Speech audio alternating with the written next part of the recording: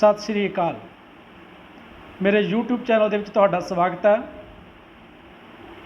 YouTube का नाम तुसीं पढ़ सकते हो डॉक्टर शिवराज ढिल्लों, तो मैं doctor Shivraj Singh Dhillon, lecturer political science, राजनीति शास्त्र विषय के नाल होर वीडियो देखने लई तुसीं इस चैनल नूं सबसक्राइब कर सकते हो।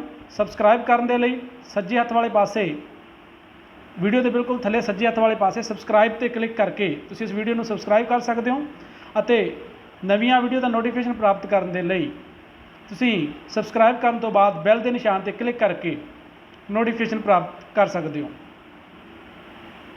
अज की वीडियो 11वीं जमात के विद्यार्थियों का पेपर हो रहा है, जुलाई टेस्ट वो संबंधित है। ये 3 लैसन जोड़े उन्होंने सवाल पूछे जाएंगे। तो अज की वीडियो आप 3 लैसनों के महत्वपूर्ण सवालों की गल करांगे। तो सब तो पहला लैसन अपना राजनीति विज्ञान का अर्थ, विशा, खेतर अते महत्व। प्रश्न नंबर 1 वैरी इंपॉर्टेंट क्वेश्चन है। डैश नूं राजनीति शास्त्र का पितामह कहा जाता है। अरस्तु पहला विद्वान सी जिस दियां लिखतां जां विचार राजनीति शास्त्र बारे मिलते हैं, उन्होंने राजनीति शास्त्र का पिता जां पितामह कहा जाता। बहुत ही इंपॉर्टेंट क्वेश्चन है, थोनों फाइनल दे विच भी ये बहुत बार क्वेश्चन आ जाता है। राजनीति शास्त्र की उत्पत्ति किस भाषा के शब्द तो हुई है? तो राजनीति शब्द की उत्पत्ति यूनानी भाषा के शब्द पॉलिस तो हुई है। POLIS पॉलिस शब्द तो। यूनानी भाषा पंजाबी दे विच यूनानी कहते हैं और अंग्रेजी दे विच ग्रीक, और पंजाबी विच भी कई बार ग्रीक ही लिखा होंदा है। एक कोई भाषा है, कन्फ्यूज़ नहीं होना। कई बार विद्यार्थी कन्फ्यूज़ हो जाते हैं कि ग्रीक चों यूनानी चों, दोनों एक कोई भाषा है। यूनानी भाषा पॉलिस शब्द का की अर्थ है? यूनानी भाषा दे विच पॉलिस शब्द का अर्थ है नगर राज। चौथा क्वेश्चन है समाज राज नालों पुरानी संस्था है, ठीक गलत? तो तुसी इस लैसन की तैयारी वेले पढ़िया होएगा कि राज बाद में आया, समाज पहला आया। पहला समाज स्थापित, पहला तुहानूं पता मनुख जंगलों के रहिंदा सी, फिर मनुख ने इकट्ठे होकर रहना शुरू कर दिता, समाज बनिया। फिर उस तो बाद समाज में रहिंदे उन्होंने कई समस्या आईयां, फिर हौली हौली राज होने दे विच आया। इसलिए समाज राज तो पुरानी संस्था है, समाज राज तो पहला होंद विच आया। अरस्तु के अनुसार मनुख एक समाजिक प्राणी है, बिल्कुल ठीक है। अरस्तु ने कहा सी कि मनुख एक समाजिक प्राणी है और समाज में रहना चाहता है, और इसलिए समाज होंद विच आया। अरस्तु द्वारा राजनीति संबंधी लिखी पुस्तक का नाम की है? अरस्तु ने एक बुक लिखी सी, उसका नाम सी पॉलिटिक्स। बड़ी ही महत्वपूर्ण बुक है और ये सवाल भी बड़ा महत्वपूर्ण है, बहुत बार पेपर के आया। तुहाडे फाइनल एग्जाम के लिए भी इंपॉर्टेंट है, इन्हूं चंगे तरीके नाल याद कर लो। अरस्तु की एक पुस्तक है पॉलिटिक्स। राजनीति शास्त्र का आरंभ और अंत राज नाल हुंदा है। प्रोफैसर गार्नर ने यह कथन किया सीगा कि राजनीति शास्त्र का आरंभ और अंत राज नाल हुंदा है। ये परंपरावादी विद्वानों का विचार सी। परंपरावादी दृष्टिकोण अनुसार राजनीति शास्त्र विषय ते अध्ययन का खेतर राज ते सरकार है। जिहड़े परंपरा असीं जो राजनीति शास्त्र विषय का अध्ययन करते हैं तो उन्होंने 2 मुख खेतरों के वंडते हैं, 2 मुख भागों के वंडते हैं, परंपरावादी दृष्टिकोण, आधुनिक दृष्टिकोण। तो जिहड़े परंपरावादी विद्वान सी वो मानते सी कि राजनीति शास्त्र विषय जिहड़ा उहदे अध्ययन का मुख खेतर की है? राज ते सरकार। बिल्कुल ठीक है सवाल, ठीक गलत पूछा तो बिल्कुल ठीक है। परंपरावादी राज ते सरकार के अध्ययन तक ही सीमित सी। अगला क्वेश्चन फिर 9वां आधुनिक दृष्टिकोण अनुसार राजनीति शास्त्र विषय के अध्ययन का खेतर राजनीतिक प्रणाली है। ये भी बिल्कुल ठीक है। यही दोनों जिहड़े परंपरावादी ते आधुनिक दृष्टिकोण दे विच अंतर है। परंपरावादी राजनीति शास्त्र विषय के अध्ययन का खेतर मानते सी राज ते सरकार नूं, पर आधुनिक जिहड़े राजनीति शास्त्री है उन्हां दा मनना है कि जिहड़ा राजनीति शास्त्र विषय है वो सिर्फ राज ते सरकार तक ही सीमित नहीं, बल्कि उन्होंने एक नवी धारणा लैके आंदी राजनीतिक प्रणाली, जिहदे राज ते सरकार का अध्ययन भी है, उहदे नाल ही मनुखी विहार का और गैर राजनीतिक तत्थों का अध्ययन भी इहदे शामिल है। ये भी बिल्कुल ठीक है। अगला प्रश्न है राजनीतिक विज्ञान का अध्ययन कदों अते कित्थों शुरू होया? 3000 ਸਾਲ ਪਹਿਲਾਂ ਯੂਨਾਨ ਦੇ ਵਿੱਚੋਂ ਸ਼ੁਰੂ ਹੋਇਆ। ਰਾਜਨੀਤੀ ਸ਼ਾਸਤਰ ਵਿਸ਼ੇ ਦੀਆਂ ਨਵੀਆਂ ਧਾਰਨਾਵਾਂ ਦੱਸੋ। ਇਹ ਜਿਹੜਾ ਵਿਸ਼ਾ ਹੈ ਇਹ ਵਿਕਾਸ ਕਰ ਰਿਹਾ, ਇਹ ਖੜਾ ਹੋਇਆ ਵਿਸ਼ਾ ਨਹੀਂ ਹੈ। ਇਹ 'ਚ ਦਿਨ ਪ੍ਰਤੀ ਦਿਨ ਨਵੀਆਂ ਧਾਰਨਾਵਾਂ ਸ਼ਾਮਲ ਹੁੰਦੀਆਂ ਨੇ, ਪੁਰਾਣੀਆਂ ਕੁਛ ਧਾਰਨਾਵਾਂ ਕੱਢ ਦਿੱਤੀਆਂ ਜਾਂਦੀਆਂ ਨੇ ਜਾਂ ਆਊਟਡੇਟਡ ਹੋ ਜਾਂਦੀਆਂ ਨੇ। ਤਾਂ ਰਾਜਨੀਤੀ ਖੇਤਰ ਵਿਸ਼ੇ ਦੀਆਂ ਨਵੀਆਂ ਧਾਰਨਾਵਾਂ ਨੇ ਸ਼ਕਤੀ, ਸੱਤਾ, ਪ੍ਰਭਾਵ। ਅਗਲੇ 2 ਨੰਬਰ ਜਾਂ 4 ਨੰਬਰ ਦੇ ਕੁਐਸਚਨ ਦੇ ਵਿੱਚ ਆਪਾਂ ਇਹਨਾਂ ਬਾਰੇ ਡਿਟੇਲ ਦੇ ਵਿੱਚ ਪੜ੍ਹਾਂਗੇ। ਇਹ ਨਵੀਆਂ ਜਿਹੜੀਆਂ ਧਾਰਨਾਵਾਂ ਨੇ ਇਹਨਾਂ ਦਾ ਕੀ ਅਰਥ ਹੁੰਦਾ। ਰਾਜਨੀਤੀ ਸ਼ਾਸਤਰ ਦੀ ਕੋਈ ਇੱਕ ਆਧੁਨਿਕ ਪਰਿਭਾਸ਼ਾ ਦੱਸੋ। ਤਾਂ ਇਹ ਵੈਰੀ ਇੰਪੋਰਟੈਂਟ ਹੈ। ਇੱਕ ਪਰਿਭਾਸ਼ਾ ਤੁਸੀਂ ਜ਼ਰੂਰ ਯਾਦ ਕਰ ਲੈਣੀ ਹੈ, ਕਿਉਂਕਿ ਜਦੋਂ ਤੁਹਾਨੂੰ 4 ਨੰਬਰ ਦਾ ਕੁਐਸਚਨ ਆਊਗਾ ਉਹਦੇ ਵਿੱਚ ਵੀ ਲਿਖ ਸਕਦੇ ਹੋ। 2 ਨੰਬਰ ਦਾ ਕੁਐਸਚਨ ਆਊਗਾ ਉਹਦੇ 'ਚ ਵੀ ਪਰਿਭਾਸ਼ਾ ਤੁਹਾਡੀ ਕੰਮ ਆਊਗੀ। 6 ਨੰਬਰ ਦਾ ਕੁਐਸਚਨ ਆਊਗਾ ਉਹਦੇ 'ਚ ਵੀ ਤੁਸੀਂ ਪਰਿਭਾਸ਼ਾ ਰਾਜਨੀਤੀ ਸ਼ਾਸਤਰ ਦੇ ਅਰਥ ਲਿਖਣ ਵੇਲੇ ਲਿਖ ਸਕਦੇ ਹੋ। ਤਾਂ ਰਾਜਨੀਤੀ ਸ਼ਾਸਤਰ ਦੀ ਆਧੁਨਿਕ ਪਰਿਭਾਸ਼ਾ ਪੁੱਛੀ ਆ, ਤਾਂ ਜੇਕਰ ਤੁਹਾਨੂੰ ਰਾਜਨੀਤੀ ਸ਼ਾਸਤਰ ਦੀ ਪਰੰਪਰਾਗਤ ਪਰਿਭਾਸ਼ਾ ਪੁੱਛਦਾ ਹੈ ਤਾਂ ਤੁਸੀਂ ਗਾਰਨਰ ਦੀ ਪਰਿਭਾਸ਼ਾ ਲਿਖ ਸਕਦੇ ਹੋ।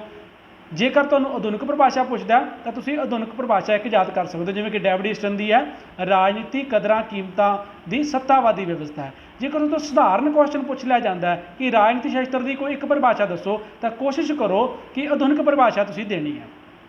ਅਗਲਾ ਪ੍ਰਸ਼ਨ ਹੈ, ਮਨੁੱਖ ਨੂੰ ਸਮਾਜਿਕ ਪ੍ਰਾਣੀ ਕਿਉਂ ਕਿਹਾ ਜਾਂਦਾ ਹੈ। ਮਨੁੱਖ ਸੁਭਾਅ ਤੋਂ ਹੀ ਸਮਾਜਿਕ ਪ੍ਰਾਣੀ ਹੈ।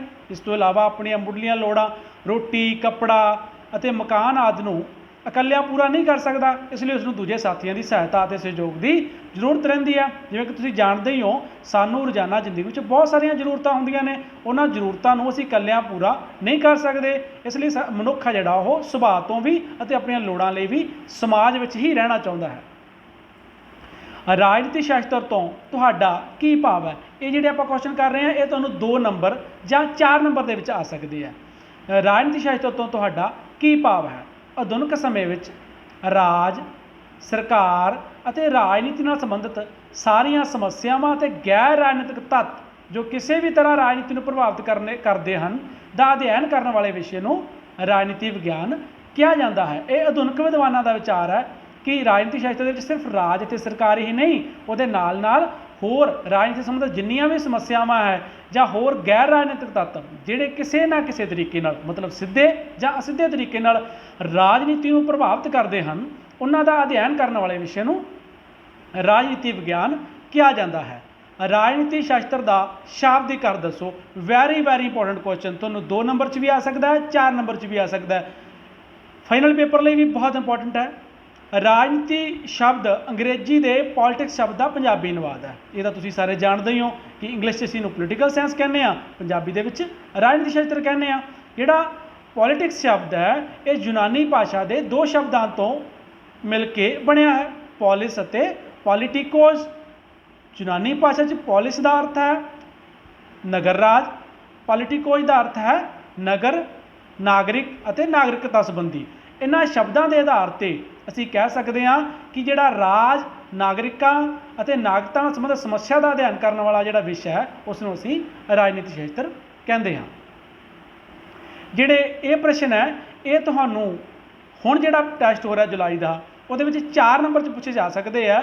ਮੈਂ ਚਾਹੇ ਇਹਦੇ ਜ਼ਿਆਦਾ ਪੁਆਇੰਟ ਕਰਾਏ ਆ ਪਰ ਤੁਸੀਂ 4 ਪੁਆਇੰਟ ਲਿਖ ਦੇਣੇ ਆ ਤਾਂ ਤੁਹਾਡਾ 4 ਨੰਬਰ ਦਾ ਕੁਐਸਚਨ ਜਿਹੜਾ ਉਹ ਕੰਪਲੀਟ ਹੋ ਜਾਏਗਾ। ਪਰ ਇਹ ਸਿਰਫ ਜੇ ਮੈਂ ਪੁਆਇੰਟ ਲਿਖੇ ਆ ਇਸ ਤਰੀਕੇ ਨਾਲ ਸਿਰਫ ਪੁਆਇੰਟ ਹੀ ਨਹੀਂ ਲਿਖਣੇਗੇ, ਬਲਕਿ ਇਹਨਾਂ ਨੂੰ ਥੋੜ੍ਹਾ ਅੱਗੇ ਉਹਨਾਂ ਦਾ ਵਿਸਥਾਰ ਵੀ ਕਰਨਾ ਹੈ ਕਿ ਇਹਦਾ ਅਰਥ ਕੀ ਹੈ। ਤਾਂ ਪਹਿਲਾ ਕੁਐਸਚਨ ਹੈ 16ਵਾਂ ਕੁਐਸਚਨ ਹੈ ਵੈਸੇ, ਤਾਂ ਰਾਜਨੀਤੀ ਸ਼ਾਸਤਰ ਵਿਸ਼ੇ ਦਾ ਖੇਤਰ ਦੱਸੋ। ਰਾਜਨੀਤੀ ਸ਼ਾਸਤਰ ਦੇ ਵਿੱਚ ਕਿਹੜੇ ਚੀਜ਼ਾਂ ਆ ਜਾਂਦੀਆਂ ਨੇ, ਇਹਦਾ ਖੇਤਰ ਕੀ ਹੈ, ਕਿਹੜੀ ਚੀਜ਼ਾਂ ਦਾ ਅਧਿਐਨ ਇਹਦੇ ਵਿੱਚ ਕੀਤਾ ਜਾਂਦਾ ਹੈ। ਤਾਂ ਸਭ ਤੋਂ ਪਹਿਲਾ ਪੁਆਇੰਟ ਹੈ ਰਾਜ ਦਾ ਅਧਿਐਨ। ਤਾਂ ਪਰੰਪਰਾਵਾਦੀ ਵਿਦਵਾਨ ਤਾਂ ਮੰਨਦੇ ਹੀ ਇਹ ਸੀ ਕਿ ਇਹ ਰਾਜ ਦਾ ਅਧਿਐਨ ਹੈ ਜਾਂ ਸਰਕਾਰ ਦਾ। ਰਾਜ ਦਾ ਅਧਿਐਨ, ਰਾਜ ਦੇ ਬਾਰੇ ਪੜ੍ਹਾਂਗੇ। ਰਾਜ ਦਾ ਪੁਰਾਤਨ ਰੂਪ ਕੀ ਸੀਗਾ, ਭੂਤਕਾਲ ਦੇ ਵਿੱਚ ਵਰਤਮਾਨ ਰੂਪ ਕੀ ਹੈ, ਭਵਿੱਖ ਦੇ ਵਿੱਚ ਰਾਜ ਕਿਹੋ ਜਿਹਾ ਹੋਵੇਗਾ ਜਾਂ ਕਿਹੋ ਜਿਹਾ ਹੋਣਾ ਚਾਹੀਦਾ ਹੈ। ਉਸ ਤੋਂ ਬਾਅਦ ਸਰਕਾਰ ਦਾ ਅਧਿਐਨ। ਸਰਕਾਰ ਦੇ ਅਧਿਐਨ ਦੇ ਵਿੱਚ ਸਰਕਾਰਾਂ ਦੇ ਕਈ ਰੂਪ ਹੁੰਦੇ ਆ, ਉਹਨਾਂ ਰੂਪਾਂ ਦਾ ਅਧਿਐਨ। ਕਿਹੜੀ ਸਰਕਾਰ ਚੰਗੀ ਹੈ, ਕਿਹੜੇ ਸਰਕਾਰਾਂ ਦੇ ਗੁਣ ਔਗਣ ਕਿਹੜੇ ਹਨ, ਕਿਸੇ ਖਾਸ ਖੇਤਰ ਦੇ ਵਿੱਚ ਕਿਹੜੀ ਸਰਕਾਰ ਹੋਣੀ ਚਾਹੀਦੀ ਹੈ। ਸਮੁਦਾਵਾਂ ਅਤੇ ਸੰਸਥਾਵਾਂ ਦਾ ਅਧਿਐਨ। ਬਹੁਤ ਸਾਰੀਆਂ ਸਮੁਦਾਵਾਂ ਅਤੇ ਬਹੁਤ ਸਾਰੀਆਂ ਸੰਸਥਾਵਾਂ ਰਾਜ ਦੇ ਵਿੱਚ ਕੰਮ ਕਰਦੀਆਂ ਹਨ, ਉਹਨਾਂ ਸਾਰੀਆਂ ਸੰਸਥਾਵਾਂ ਦਾ ਅਧਿਐਨ ਕਰਨਾ। ਰਾਜਨੀਤਿਕ ਵਿਚਾਰਧਾਰਾਵਾਂ ਦਾ ਅਧਿਐਨ। ਬਹੁਤ ਸਾਰੀਆਂ ਰਾਜਨੀਤਿਕ ਵਿਚਾਰਧਾਰਾਵਾਂ ਜਿਹੜੀਆਂ ਸਾਡੇ ਸਮਾਜ ਦੇ ਵਿੱਚ ਪ੍ਰਚਲਿਤ ਹੁੰਦੀਆਂ, ਉਹਨਾਂ ਸਾਰੀਆਂ ਵਿਚਾਰਧਾਰਾਵਾਂ ਦਾ ਅਧਿਐਨ ਕਰਨਾ, ਉਹਨਾਂ ਦੇ ਚੰਗੇ ਜਾਂ ਮਾੜੇ ਪੱਖਾਂ ਨੂੰ जानना। उस तो बाद अगला पॉइंट है शक्ति सत्ता ਅਤੇ प्रभाव का अध्ययन। ये आप पिछे भी गल की थी कि नवीं विचारधारावां ने आधुनिक राजनीति दे विच आईयां ने, तो इन्हां दा अध्ययन करना। शक्ति की है, जिहड़ा कंसैप्ट है सत्ता प्राप्त करन दा, वो शक्ति प्राप्त करनी है। शक्ति सत्ता क्यों प्राप्त करनी है? क्योंकि शक्ति चाहिए है। इहदे लई की करना पऊगा? दूसरे लोगों को प्रभावित करना पऊगा। लोग तुहाडी शख्सियत, तुहाडे सिद्धांतां, तुहाडे विचारां तो प्रभावित होकर तुहाडी चोण करन। इसलिए इन्हां नवें कंसैप्टां दा जिहड़ा अध्ययन करना भी इस विषय के खेत्र दे विच शामिल है। उस तो बाद अंतरराष्ट्रीय संस्थावां का अध्ययन। आधुनिक युग दे विच कोई भी देश इकल्ला सरवाइव नहीं कर सकदा गा। सानूं अपणियां नित दीयां जरूरतां दे लई बाकी देशों पर निर्भर हाँ। साडा दूजे देशों के नाल वपार हुंदा है, तो इसलिए बाकी दे जिहड़ियां संस्थावां ने, इस तो इलावा होर बहुत सारी अंतरराष्ट्रीय संस्थावां ने, जिवें वर्ल्ड हैल्थ ऑर्गेनाइजेशन है, जिहदे बारे अज तुसीं सुणदे हो। महामारी के दौरान दे विच वर्ल्ड हैल्थ ऑर्गेनाइजेशन दीयां तुसीं गाइडलाइनस पढ़ते हो, उन्हां दी जिहड़ी मैडिसन बारे कोई गलबात हुंदी है वो पढ़ते हो। इस बीमारी नूं रोकथाम किवें करनी है, तुसीं WHO बारे जाण। उस तरह होर बहुत सारियां संस्थावां ने अंतरराष्ट्रीय लैवल दीयां, जिहड़ियां किसी ना किसी तरीके नाल बाकी देशों, सारे देशों की राजनीति को प्रभावित करदियां ने। उन्हां संस्थावां दा अध्ययन भी इस विषय के खेत्र दे विच शामिल हुंदा है। इहदे विचों जेकर तुहानूं क्वेश्चन आउंदा 4 नंबर का, तुसीं कोई भी 4 पॉइंट लिख के उन्हां दा विस्तार कर सकते हो। और फाइनल दे लई भी ये जिहड़ा प्रश्न है बहुत इंपॉर्टेंट है। उहदे विच तुसीं 6 नंबर के क्वेश्चन 6 पॉइंट लिख के कंप्लीट कर सकते हो। अगला प्रश्न है राजनीति विज्ञान की उपयोगिता जां महत्व दसो। बहुत ही इंपॉर्टेंट है। राजनीति शास्त्र का विद्यार्थी होने के नाते तुहानूं सारिਆਂ ਨੂੰ पता होना चाहिए है कि राजनीति विज्ञान विषय है, इसका महत्व की है, इसकी उपयोगिता की है, क्यों पढ़ाई जाती है इस विषय के रूप में। राजनीतिक जीवन और राजनीति का ज्ञान। राजनीति साडे जीवन में हर तरीके नाल प्रभावित करती है। असी राजनीति में रुचि रखते हाँ या नहीं रखते हाँ, पर राजनीति की साडे विच रुचि जरूर होंदी है। राजनेतावां द्वारा बनाईयां नीतियां का साडे जीवन के उत्ते बहुत प्रभाव पैंदा है। इसलिए नित दिन की जिंदगी नूं दे विच पैण वाले राजनीति के प्रभावों को समझना विद्यार्थी के लिए बहुत ही जरूरी होंदा है। नागरिकों के अधिकारां अते कर्तव्यां की जानकारी। असी चंगा जीवन तां ही बतीत कर सकते हैं जेकर सानूं अपने अधिकारां अते कर्तव्यां की पूरी जानकारी होवेगी। इसलिए इस विषय तो सानूं अधिकारां अते कर्तव्यां की जानकारी मिलती है। ਵੱਖ-ਵੱਖ प्रणालियां बारे ज्ञान। बहुत सारियां प्रणालियां किसी खेत्र दे विच काम करदियां ने, उन्हां सारियां प्रणालियां बारे ज्ञान होना भी बहुत ही जरूरी है। लोकतंत्र की सफलता लई सहायक। एक चंगा लोकतंत्र तां ही स्थापित हो सकता है जे उत्थों के नागरिकों को उत्थों की राजनीति बारे, अपने अधिकारां बारे अते कर्तव्यां बारे पूरी जानकारी होवेगी। और राजनीति शास्त्र का विषा अपने नागरिकों को लोकतंत्र बारे जानकारी दिंदा है। राजनीतिक समस्यावां नूं समझण अते सुलझाउण विच सहायक। लगभग सारे ही देश किसी न किसी तरह की राजनीतिक समस्यावां का सामना कर रहे हैं अते विद्यार्थियों नूं इन्हां समस्यावां नूं समझना अते उन्हां दे हल लई एक चंगे नागरिक बनना बहुत जरूरी हो जाता है। तो ये क्वेश्चन जिहड़े है ये बहुत ही इंपॉर्टेंट है। तुहाडे फाइनल एग्जाम के लिए भी 6 नंबर के लिए भी तुसीं तैयारी कर सकते हो, और हुण भी तुहानूं 4 नंबर के विच क्वेश्चन पूछा जा सकता है। इस तो बाद अगला लैसन जिहदे विचों तुहानूं प्रश्न पूछे जाणगे इस जुलाई टैस्ट दे विच, वो है राजनीति विज्ञान के दूजे समाजिक शास्त्रां नाल संबंध। राजनीति शास्त्र का दूजा नां की है? समाजिक विज्ञान। असल दे विच ये समाजिक विज्ञान है। समाजिक विज्ञान दे विच बहुत सारे विषय आ जाते हैं, जिवें राजनीति शास्त्र, अर्थशास्त्र, नीति शास्त्र। तो इन्हां सारे विषयां नूं पहलां इकट्ठा समाजिक विज्ञान के रूप में ही पढ़िया जाता सी। हौली हौली समय के नाल अलग अलग विषयां नूं सुतंत्र रूप में पढ़ाया जान लगा।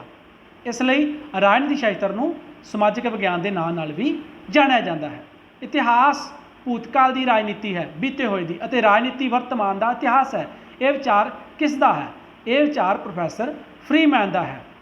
किस विषय में भूतकाल नाल संबंधित घटनावां का वर्णन किया जाता है? इतिहास विषय के भूतकाल मतलब बीते हुए समय दी घटनावां का जिक्र किया जाता है।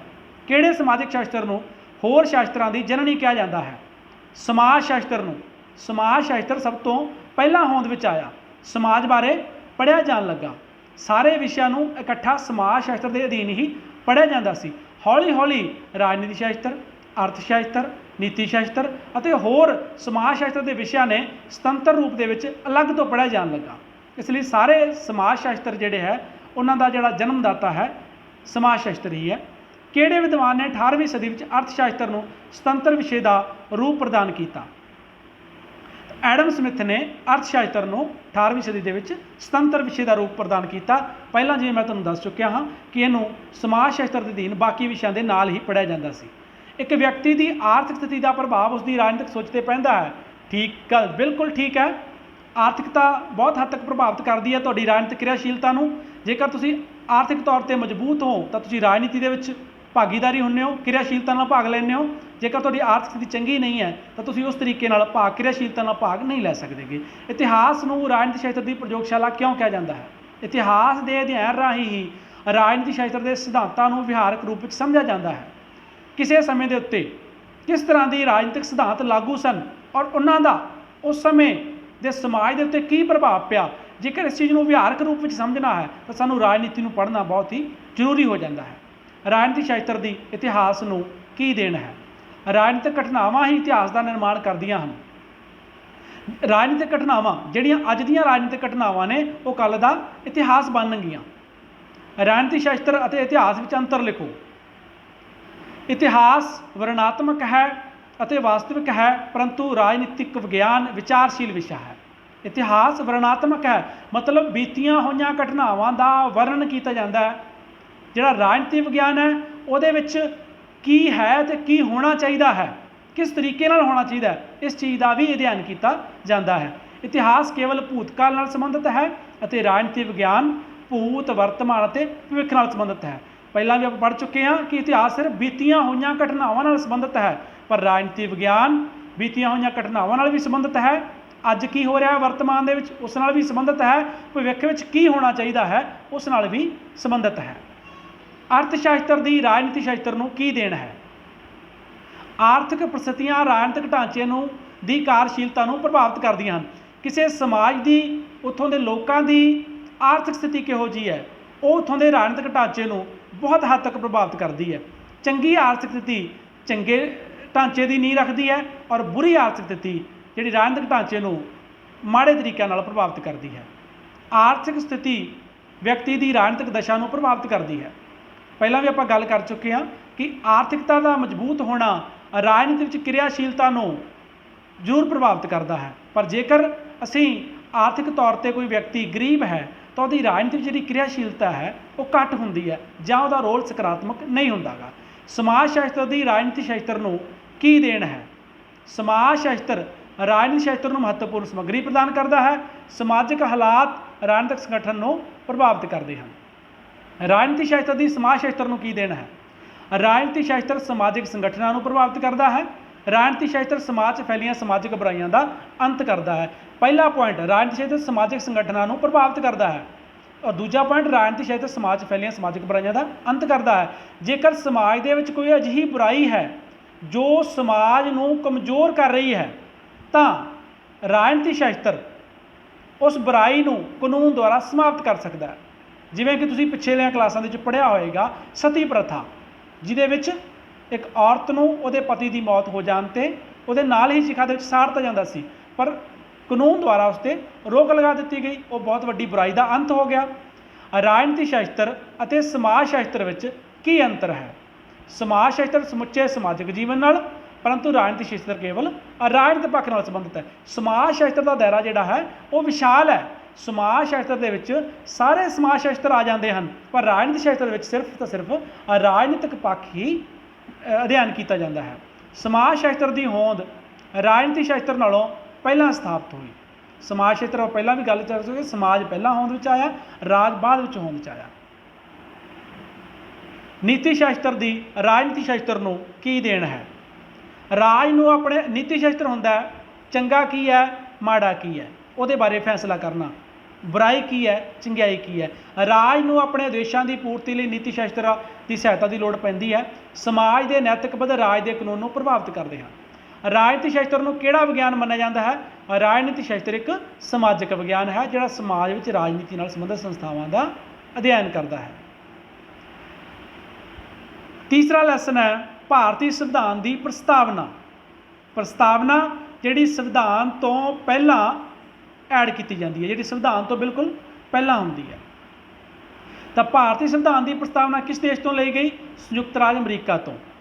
ਵੈਸੇ ਜੇਕਰ ਗੱਲ ਕਰੀਏ ਸਿਧਾਂਤਕ ਤੌਰ ਤੇ ਇਹ ਸੰਯੁਕਤ ਰਾਜ ਅਮਰੀਕਾ ਤੋਂ ਲਈ ਗਈ, ਔਰ ਸੰਯੁਕਤ ਰਾਜ ਅਮਰੀਕਾ ਪਹਿਲਾ ਦੇਸ਼ ਸੀ ਜਿਹਨੇ ਆਪਣੇ ਸੰਵਿਧਾਨ ਦੇ ਵਿੱਚ ਪ੍ਰਸਤਾਵਨਾ ਨੂੰ ਜਿਹੜਾ ਸ਼ਾਮਲ ਕੀਤਾ ਸੀ। ਉਸ ਤੋਂ ਬਾਅਦ ਜਿੰਨੇ ਵੀ ਲਗਭਗ ਦੇਸ਼ਾਂ ਨੇ ਆਪਣਾ ਸੰਵਿਧਾਨ ਦਾ ਨਿਰਮਾਣ ਕੀਤਾ, ਉਹਨਾਂ ਨੇ ਪ੍ਰਸਤਾਵਨਾ ਨੂੰ ਸ਼ਾਮਲ ਕੀਤਾ। ਦਾ ਭਾਰਤੀ ਸੰਵਿਧਾਨ ਦੀ ਪ੍ਰਸਤਾਵਨਾ ਚਾਹੇ ਇਹਦੀ ਭਾਸ਼ਾ ਆਸਟ੍ਰੇਲੀਆ ਤੋਂ ਲਈ ਗਈ ਹੈ, ਪਰ ਸਿਧਾਂਤਕ ਤੌਰ ਤੇ ਜਿਹੜੇ ਸਿਧਾਂਤ ਸੀ ਉਹ ਸੰਯੁਕਤ ਰਾਜ ਅਮਰੀਕਾ ਦੀ ਪ੍ਰਸਤਾਵਨਾ ਨਾਲ ਤੋਂ ਲਏ ਗਏ ਆ। ਭਾਰਤੀ ਸੰਵਿਧਾਨ ਦੀ ਪ੍ਰਸਤਾਵਨਾ ਵਿੱਚ ਸੋਧ ਕਦੋਂ ਕੀਤੀ ਗਈ? ਭਾਰਤੀ ਸੰਵਿਧਾਨ ਦੀ ਪ੍ਰਸਤਾਵਨਾ ਜਿਹੜੀ ਪਹਿਲੀ ਵਾਰ ਸੋਧ ਹੈ ਉਹ 42ਵੀਂ ਸੰਵਿਧਾਨਕ ਸੋਧ ਹੋਈ ਸੀ 1976 ਦੇ ਵਿੱਚ। ਭਾਰਤੀ ਸੰਵਿਧਾਨ ਦੀ ਪ੍ਰਸਤਾਵਨਾ ਨਿਆਂਯੋਗ ਹੈ? ਬਿਲਕੁਲ ਗਲਤ ਹੈ। ਭਾਰਤੀ ਸੰਵਿਧਾਨ ਦੀ ਪ੍ਰਸਤਾਵਨਾ ਨਿਆਂਯੋਗ ਨਹੀਂ ਹੈ। ਅਰਥਾਤ ਇਹਦਾ ਅਰਥ ਕੀ ਹੈ ਨਿਆਂਯੋਗ ਨਹੀਂ ਹੈ ਦਾ? ਕਿ ਜਿਹੜੀ ਪ੍ਰਸਤਾਵਨਾ ਹੈ ਉਹਦੇ ਜਿਹੜੇ ਸ਼ਾਮਲ ਸਿਧਾਂਤ ਹੈ ਉਹਨਾਂ ਨੂੰ ਲਾਗੂ ਕਰਵਾਉਣ ਲਈ ਅਸੀਂ ਅਦਾਲਤ ਵਿੱਚ ਨਹੀਂ ਜਾ ਸਕਦੇ। ਭਾਰਤੀ ਸੰਵਿਧਾਨ ਦੀ ਪ੍ਰਸਤਾਵਨਾ ਦਾ ਆਰੰਭ ਡੈਸ਼ ਸ਼ਬਦਾਂ ਨਾਲ ਹੁੰਦਾ ਹੈ, ਅਸੀਂ ਭਾਰਤ ਦੇ ਲੋਕ। 42ਵੀਂ ਸੰਵਿਧਾਨਕ ਸੋਧ ਦੁਆਰਾ ਪ੍ਰਸਤਾਵਨਾ ਵਿੱਚ ਕਿਹੜੇ ਨਵੇਂ ਸ਼ਬਦ ਜੋੜੇ ਗਏ? 3 ਨਵੇਂ ਸ਼ਬਦ ਜੋੜੇ ਗਏ ਸੀ, ਸਮਾਜਵਾਦੀ, ਧਰਮ ਨਿਰਪੱਖ, ਰਾਸ਼ਟਰ ਦੀ ਅਖੰਡਤਾ। ਇਹ ਵੀ ਇੰਪੋਰਟੈਂਟ ਕੁਐਸਚਨ ਹੈ। ਸੰਵਿਧਾਨ ਸਭਾ ਦੁਆਰਾ ਭਾਰਤੀ ਸੰਵਿਧਾਨ ਨੂੰ ਕਦੋਂ ਗ੍ਰਹਿਣ ਕੀਤਾ ਗਿਆ? 26 ਨਵੰਬਰ 1949 ਨੂੰ। ਔਰ ਲਾਗੂ ਕਦੋਂ ਕੀਤਾ ਗਿਆ? 26 ਜਨਵਰੀ 1950 ਨੂੰ। ਇਹ 'ਚ ਕਨਫਿਊਜ਼ ਨਹੀਂ ਹੋਣਾਗਾ, ਉਦੋਂ ਲਾਗੂ ਹੋਇਆ ਸੀ, 26 ਨਵੰਬਰ 1949 ਨੂੰ ਗ੍ਰਹਿਣ ਕੀਤਾ ਸੀ, ਸੰਵਿਧਾਨ ਸਭਾ ਨੇ ਪਾਸ ਕੀਤਾ ਸੀ। ਔਰ ਅਗਲਾ ਪ੍ਰਸ਼ਨ ਹੈ ਸਾਡਾ 7ਵਾਂ, ਭਾਰਤੀ ਸੰਵਿਧਾਨ ਕਦੋਂ ਲਾਗੂ ਕੀਤਾ ਗਿਆ? 26 ਜਨਵਰੀ 1950 ਨੂੰ ਲਾਗੂ ਹੋ ਗਿਆ ਸੀ, ਫੋਰਸ ਦੇ ਵਿੱਚ ਆ ਗਿਆ ਸੀ। ਭਾਰਤੀ ਸੰਵਿਧਾਨ ਪ੍ਰਭੂਸੱਤਾ ਸੰਪੰਨ ਰਾਜ ਹੈ? ਬਿਲਕੁਲ ਠੀਕ ਹੈ। ਪ੍ਰਭੂਸੱਤਾ ਦਾ ਅਰਥ ਹੁੰਦਾ ਹੈ ਦੇਸ਼ ਦੇ ਅੰਦਰੂਨੀ ਅਤੇ ਬਾਹਰੀ ਮਾਮਲਿਆਂ 'ਚ ਕੋਈ ਵੀ ਦੂਸਰਾ ਦੇਸ਼ ਜਾਂ ਸੰਸਥਾ ਦਖਲਅੰਦਾਜ਼ੀ ਨਹੀਂ ਕਰ ਸਕਦੀ, ਔਰ ਭਾਰਤ ਇੱਕ ਪ੍ਰਭੂਸੱਤਾ ਸੰਪੰਨ ਰਾਜ ਹੈ। ਭਾਰਤੀ ਸੰਵਿਧਾਨ ਇੱਕ ਧਰਮ ਨਿਰਪੱਖ ਰਾਜ ਹੈ? ਇਹ ਵੀ ਬਿਲਕੁਲ ਠੀਕ ਹੈ। ਭਾਰਤ ਇੱਕ ਧਰਮ ਨਿਰਪੱਖ ਰਾਜ ਹੈ। ਭਾਰਤ ਦਾ ਆਪਣਾ ਕੋਈ ਵੀ ਰਾਜ ਧਰਮ ਨਹੀਂ ਹੈ। ਭਾਰਤ ਦੇ ਜਿੰਨੇ ਵੀ ਨਾਗਰਿਕ ਹੈ, ਸਾਡੇ ਫੰਡਾਮੈਂਟਲ ਰਾਈਟ ਜਿਹੜੇ ਮੌਲਿਕ ਅਧਿਕਾਰ ਹੈ ਉਹਨਾਂ 'ਚ ਵੀ ਜ਼ਿਕਰ ਹੈ ਕਿ ਕੋਈ ਵੀ ਜਿਹੜਾ ਨਾਗਰਿਕ ਹੈ ਆਪਣੀ ਇੱਛਾ ਅਨੁਸਾਰ ਕਿਸੇ ਵੀ ਧਰਮ ਨੂੰ ਮੰਨ ਸਕਦਾ ਹੈ। ਪ੍ਰਸਤਾਵਨਾ ਸੰਵਿਧਾਨ ਦਾ ਭਾਗ ਹੈ? ਬਿਲਕੁਲ ਠੀਕ ਹੈ।